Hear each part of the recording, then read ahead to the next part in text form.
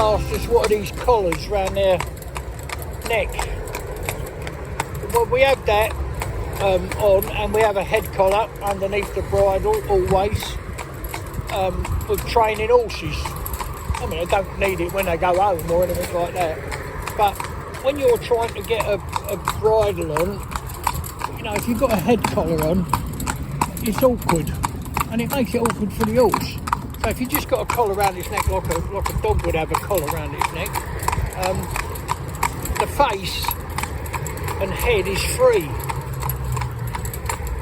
You know, so it's a lot, you know, you can do it in a lot nicer way than trying to, because if they pull back a little bit on the head collar, you know, or lift their head, you've got a problem where you're trying to move the head collar back, you know, you're fighting that. So that's why we do that. And a lot of people,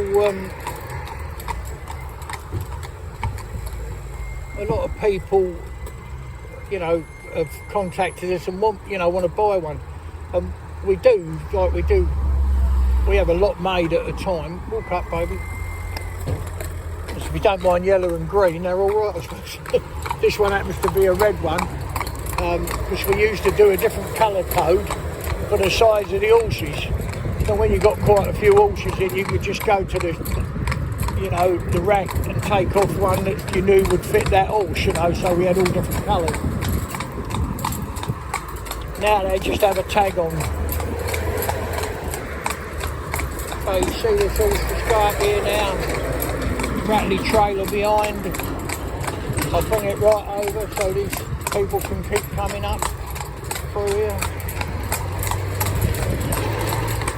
And she's just lovely little creature, really is. And very, very affectionate as well. Doesn't like, it's interesting really, doesn't want a great deal of fuss, but if you just stand, when say she's having a supper, you know, a short feed, it's very unusual, well not very, I think it is unusual, yeah, it is quite unusual then. You could go in with her, stand right by the side of her head and just talk to her. Don't touch her. Well, you can touch her if you want to. If you just talk away, she'll munch away and enjoy her food. You know, she's really enjoying it. Her eyes are half shut and she's, you know, trying not to drop anything out of her lips, you know, and she's like quite happy for you to be there. And if you go away, if you take a step back, she'll turn her head round and she'll want to call you back, you know. Once she's finished that mouthful, she'll be come back and stand with me, you know. Funny, isn't it? Just another one, say, do you mind? I'm having my tea, leave me alone, you know. So just funny. But you get to know them all in, you know, in quite, well, let's just say, you know, if you love them and you know them by the time they leave, you know every little quirk about them. You know, every little funny way they are or how they want to be. And that's nice, isn't it? It's nice if you can do that. And she go along here, you know, as happy as can be. Just keep jogging along. We go up this road, straight over this roundabout and go up. And there's a bridge that crosses the road. And it's lovely if you get people over the top. Because obviously they'll see it again one day, won't they, possibly? Or there's a possibility they will. You know, people walking over a footbridge, over the top of them. And that can be a bit, you know, frighten them a bit. Because, you know, the person is not where they should think it would be. It's on the sidewalk or pavement, you know. It's above their head walking along, so they'll get a bit uptight about that. You know, you're not in the place you should be. It's like a dustbin, you know, a bin or whatever. You move that and it's in a different place. They go, well, I don't like that, you know, that's not right. So you go just skipping along. So we're going home now to have a cup of tea.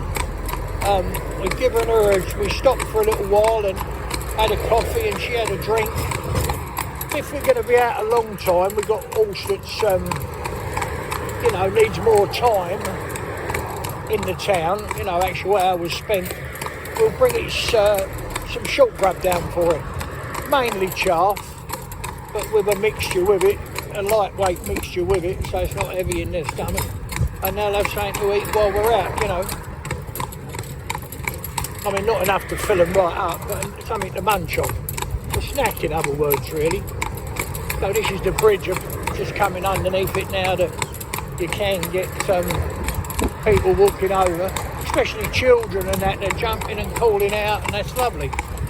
If she goes under, it means nothing at all to her. Motorbike there coming past. Nothing's the problem. I'm just going to pull into this lay-by here so these cars can come.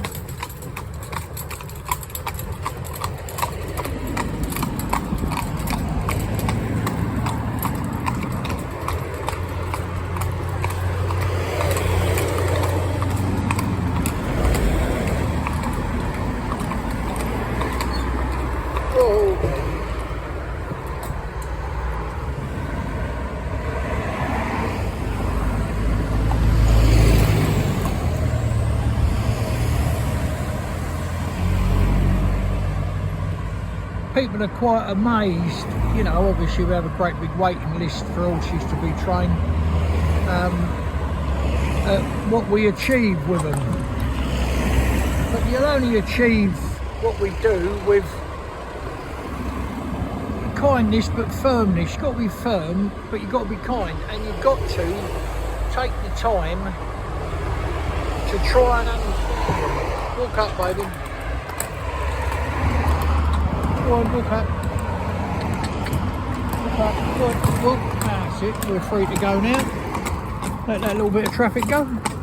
So what I'm saying is, it's, to my way of thinking, putting horse between the shafts and pulling a vehicle is certainly not training horse.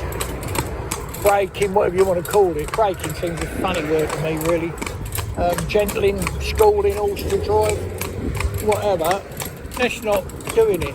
This is what, you know, it's all about, is getting to understand and accept, which some people just can't seem to accept, that each horse is an individual and it has to be treated as such, and you've got to, you know, got to use your head as much as you can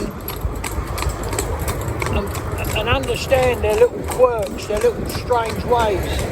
You know, you could have two twins, you know, twins, foals, bring them up and they'd be entirely different, you know, just because they're blood related. And it's just like people, you get, you know, after, you know, 4 or 5 children in a family, they're all individuals. So people have got to understand that horses are individual and must be treated like that. You never get the best out of them by trying to do them on a conveyor belt. There's books written about breaking horses. Loads of books. But look at this big truck by the side of here. Go on, get up, mate. Get up, mate. Go on.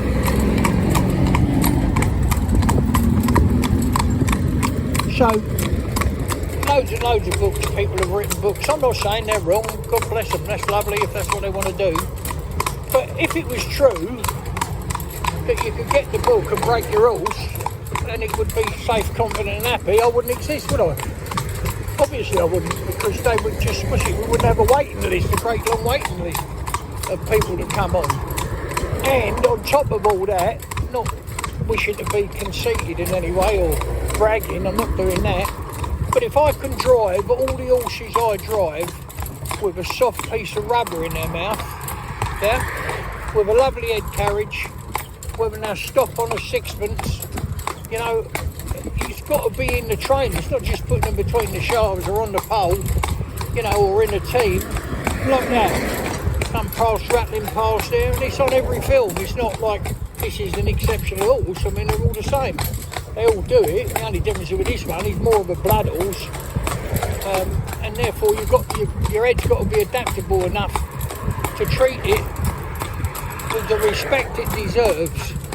I suppose that's what I'm saying. And they do deserve respect.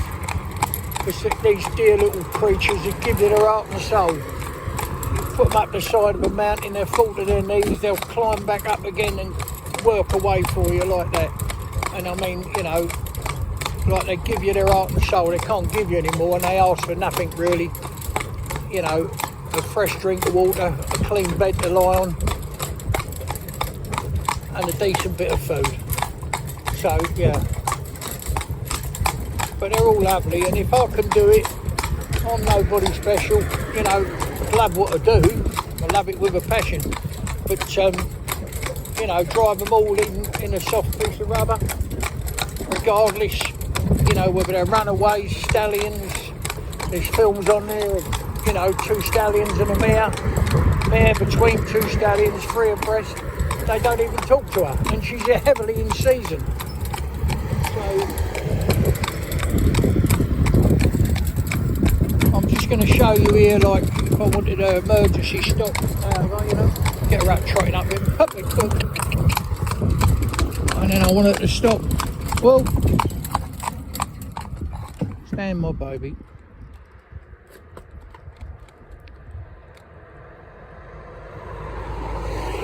Walk, darling. That's my little sugar plum, you young rascal. Here he is back on me, listen to me all the time, look. Lovely. Trot, my baby. Right, home for a nice cup of tea now.